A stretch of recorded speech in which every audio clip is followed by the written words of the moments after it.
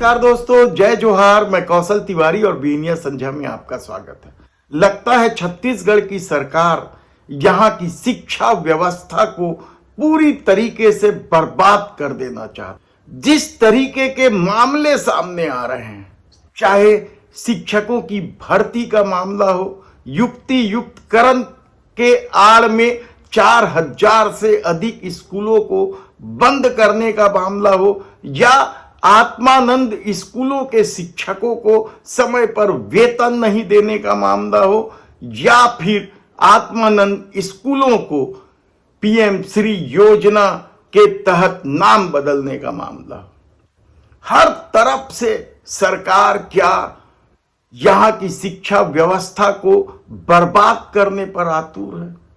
यह सवाल बेहद ही महत्वपूर्ण और गंभीर है, क्योंकि प्रदेश के मुख्यमंत्री के पास ही शिक्षा विभाग है और उसके बाद स्कूली शिक्षा को लेकर जो खबरें आ रही हैं वह साफ साफ संकेत दे रही है कि सरकार शिक्षा व्यवस्था को बर्बाद करने आतुर है।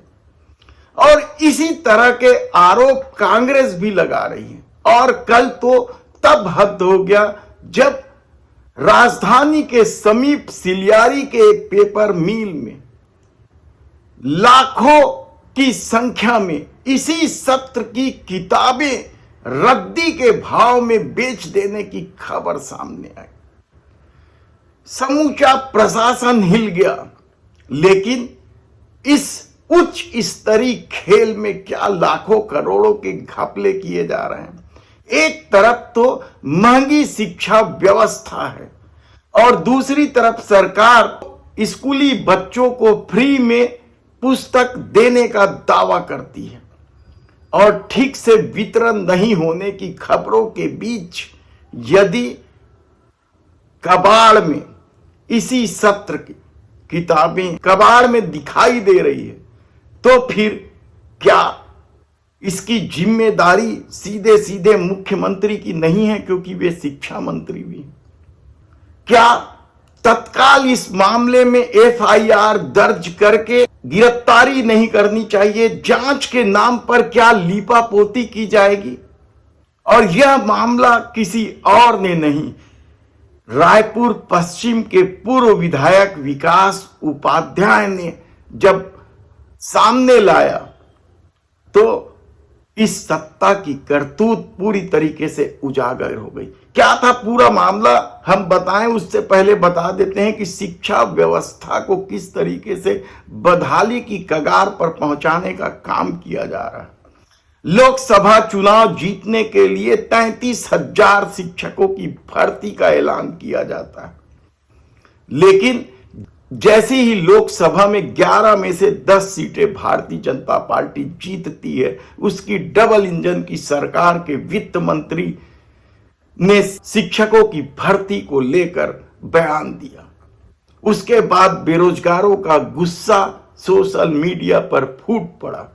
वित्त मंत्री ने साफ तौर पर पैसे की बात कहते हुए शिक्षकों की भर्ती को लेकर मनाही की, कहा जाए तो गलत नहीं होगा। जबकि विधानसभा में तत्कालीन शिक्षा मंत्री ने नेता प्रतिपक्ष के सवाल का जवाब देते हुए दावा किया था कि इसी सत्र में यह भर्ती हो जाएगी। लेकिन शिक्षकों की कमी और स्कूलों की बदहाली का मामला जब बड़ा होने लगा तो सरकार ने युक्ति युक्तकरण के नाम पर 4000 से अधिक स्कूलों को बंद करने का निर्णय ले लिया। लेकिन युक्ति युक्तकरण के अव्यावहारिक फैसले को लेकर जब शिक्षकों ने आंदोलन की राह पकड़ी तो सरकार वापस बैकफुट पर आ गई। कहा तो यहां तक जा रहा है कि युक्ति युक्तकरण पिछले दरवाजे से हो रहा है, लेकिन शिक्षकों के आंदोलन से घबराई सरकार ने स्कूलों को उसकी हाल में छोड़ दिया, क्योंकि खुद विधानसभा में शिक्षकों की स्थिति और स्कूलों में पढ़ाई को लेकर सरकार ने जवाब दिया था कि बहुत कमी है, बहुत सारे स्कूल में एक ही शिक्षक है, कहीं कहीं अतिशेष शिक्षक है। इस तरह के जवाब शासन ने दिया था। लेकिन अब जब खबरें आ रही थी कि शिक्षा सत्र 3 महीने हो गए हैं, बच्चों को किताब नहीं मिल रही है। लाखों करोड़ों रुपए खर्च करके यदि सरकार किताब छपवा रही और उसे स्कूलों तक भेजने बजाय या बच्चों को वितरित करने की बजाय रद्दी के भाव में बेच दिया जा रहा है, तो फिर इसे क्या कहेंगे। पहले सुन लीजिए कि रायपुर पश्चिम के विधायक विकास उपाध्याय ने कैसे खुलासा किया। देखिए, गणित की किताब है, सामाजिक विज्ञान की किताब है, 10वीं की गणित है, इंग्लिश रीडर की किताब है। वाह रे भारतीय जनता पार्टी की साइंस सरकार, आपने बहुत बढ़िया किया। देखिए, आज सिलियारी के पेपर मिल प्लांट में मैं यहाँ से सामाजिक कार्यक्रम से गुजर रहा था। मैंने देखा कि सरकार जो किताबों को स्कूल में मुफ्त में बांटती है, सरकार की योजना से जो छत्तीसगढ़ पाठ्य पुस्तक निगम जिसको प्रिंट कराता है लाखों रुपया दे के, करोड़ों रुपए की किताबें छपती है, लाखों की संख्या में यहाँ किताबें हैं। ये वो किताबें हैं जो गरीब बच्चों के बस्तों में होना था। लेकिन बदकिस्मती है इस प्रदेश की छात्र छात्राओं के लिए बड़े दुख की बात है कि इस प्रदेश की भारतीय जनता पार्टी और शायद सरकार ने ये किताबें आज यहाँ रद्दी में कट रही हैं। जो 2024-2025 की किताबें हैं, जो अभी नया सिलेबस है, वो सिलेबस यहाँ पर किस प्रकार से यहाँ पर है, देखिए आप किसी से छुपा नहीं है। और सरकार सो रही है या किन लोगों ने इन किताबों को बेचने का काम किया है। रद्दी में किताब कैसे आ गई यहाँ पर, इस पेपर मिल में किताब कहाँ से पहुँच गई, ये सोच का विषय है। किन लोगों का इसके पीछे में, किन लोगों ने ये षड्यंत्र किया, किन लोगों की ये साजिश है कि बच्चों को किताब मत मिले और ये रद्दी में एक किताब जो करोड़ों अरबों रुपए की है, ये किताब यहाँ पर कट जाए वापिस। यही इसको प्रिंट करके देते हैं, करोड़ों रुपए का कमीशन होता है, लाखों और अरबों रुपए की किताब छपती है, लेकिन गरीब बच्चों को किताब नहीं मिलती, वो किताबों से वंचित हैं। यह पूरा मामला राजधानी के समीप सिलियारी स्थित रियर बोर्ड पेपर मिल का है। इस मामले में करोड़ों रुपए की आशंका जताई जा रही है।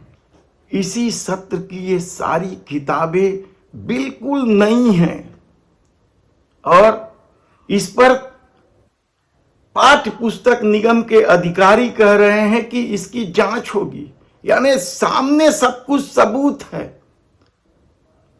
4 डंडे किसी को लगाकर आराम से नाम कबूला जा सकता है कि किसने बेचा, कैसे बेचा, किस तरीके का खेल हुआ। लेकिन भ्रष्टाचारियों को उल्टा लटकाकर सीधा करने के दावे के साथ सत्ता में आई सरकार ही यदि भ्रष्टाचार में लिप्त हो जाए, स्कूली बच्चों के जीवन के साथ खिलवाड़ करने की कोशिश करे, तो फिर इसे क्या कहा जाए। धन्यवाद।